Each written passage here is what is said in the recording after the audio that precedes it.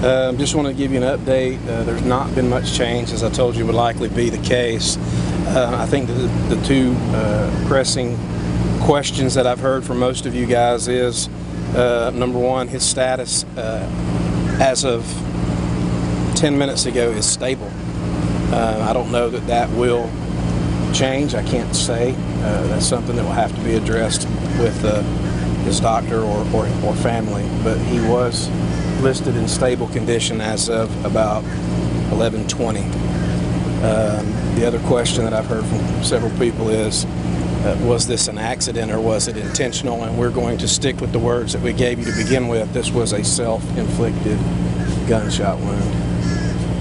Take that as it is. So we're going to be continuing our cleanup process. As you can imagine, there's a lot that's got to be dealt with there. We're having to call in a company to help with that. The school will be open as of right now for business tomorrow. We have grief counselors that have been with us all day. And there are going to be grief counselors that will be here tomorrow as well to address any issues with staff, students, parents, anyone that has an emotional need or concern.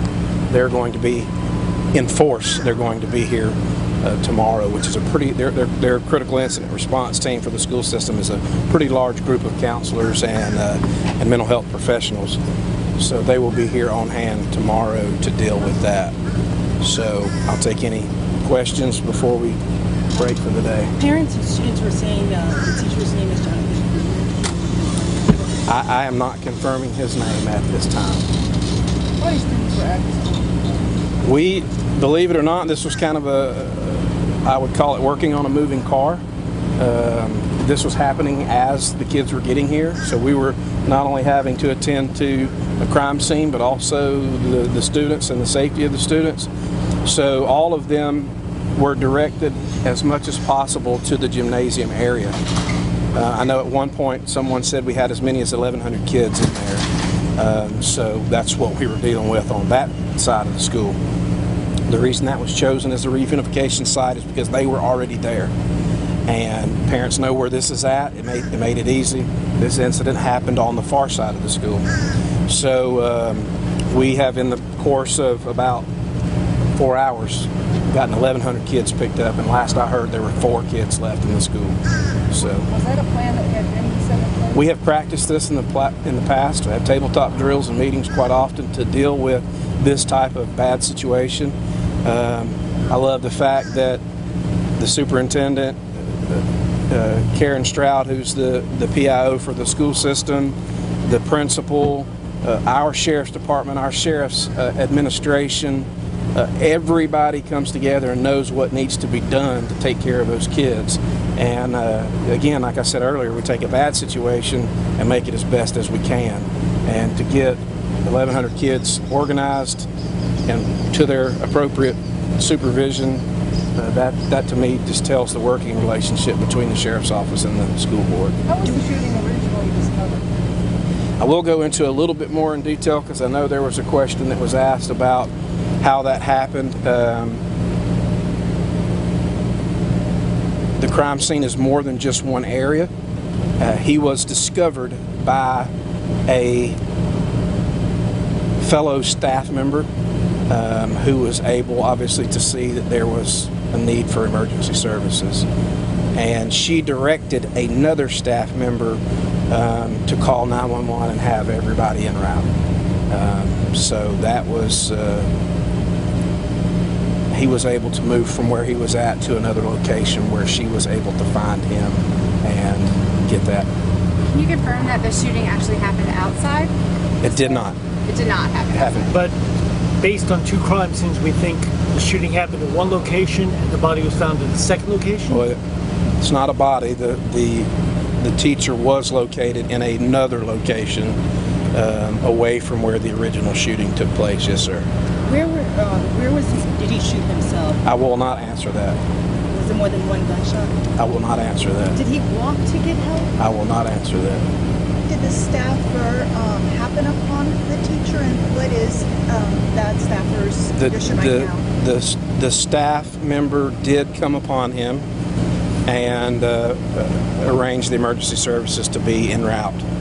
I spoke with her directly, and of course it's not something that is easy to deal with, but we provided her the services that she needs, and she is a fantastic teacher that I've known for years and is handling it very well. She has a history in the medical background, if you will, was able to begin providing services immediately, and I'm very proud of her, how she handled it, but how she has continued to handle it as well. What time was his first class, and what happens to the students now? Well, the incident took place at 7:15 a.m., which is a good hour and 20 or 30 minutes before the first class. So there weren't any students that were in that part of the building, and those that were on campus immediately were directed to the gymnasium. So we were very lucky that, you know, few people had to deal with this emergency, and no students at all had to deal with it firsthand. They have to deal with it now, of course, afterward emotionally, but no students were ever put in danger and never saw any of this situation. It's my understanding that there will be class held. I don't know about that particular classroom, but the students will not be allowed to enter until everything is made whole again. Now, you were told that it happened in the office of his classroom, that he was discovered elsewhere. Did he make it outside of his classroom? Yes. Okay, but nowhere near students? No. Did anyone hear the shot? No. Can you speak at all about the weapon and if it's been recovered? It was a handgun, and it was recovered and has been secured by our Criminal Investigations Division. And do you happen to know what the policy is with carrying handguns for teachers? Well, that will be addressed, but obviously we do not allow teachers to carry handguns on our school property. But are they checked as they come to school, teachers? I mean, no more than anybody else would be. So are charges pending? The kids go through. I mean, there's 2 deputy sheriffs that are posted here all day long, you know, but we have our security measures that are in place, but there's no metal detectors. We've never had any need prior to this point to have that type of a feature. Can you say he be charged? Could he be charged? This is an ongoing criminal investigation. And you said that you happen to know the staffer who came upon him. Do you happen to know the teacher? And without giving away the identity, give us a little more. I don't, personally. That's one. He has been here for 18 years. I know him by sight, but I don't know anything at all about him.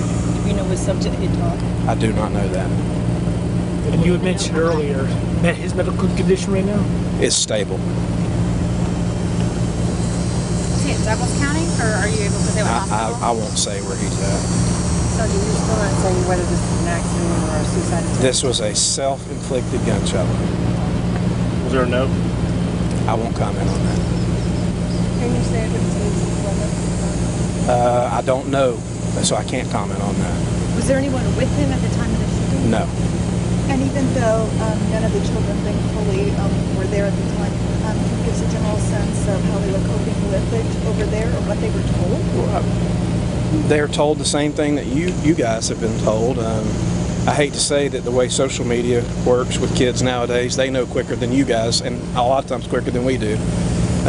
So our first priority, literally, other than securing that crime scene, our first priority is the safety, and not just physical safety, but the mental health safety of those kids. So one of the very first non-law enforcement personnel that arrived on scene that were allowed into the school were the grief counselors that responded from as closest to the school across the street. So within minutes of my arrival, they'd already made arrangements for those grief counselors to be here, and they immediately went to the gymnasium to be with the kids. When do you anticipate officially telling the students who the teacher was? I'm sure parents would like to talk to their kids about what happened. I don't have an answer to that question. Being that it's an ongoing investigation, I don't know that we can officially answer that until that investigation is concluded. Any sort of timeline as to when you would be able to? When the investigation is concluded. I just don't know. In a situation like this, it should not be lengthy because, to be very honest, it's going to be a quick from what I've seen and heard, it's going to be an open and shut kind of a thing. So realistically, we can expect something later today? I would not realistically expect that. I will let you know as soon as I know. Anything else? Great. One last thing.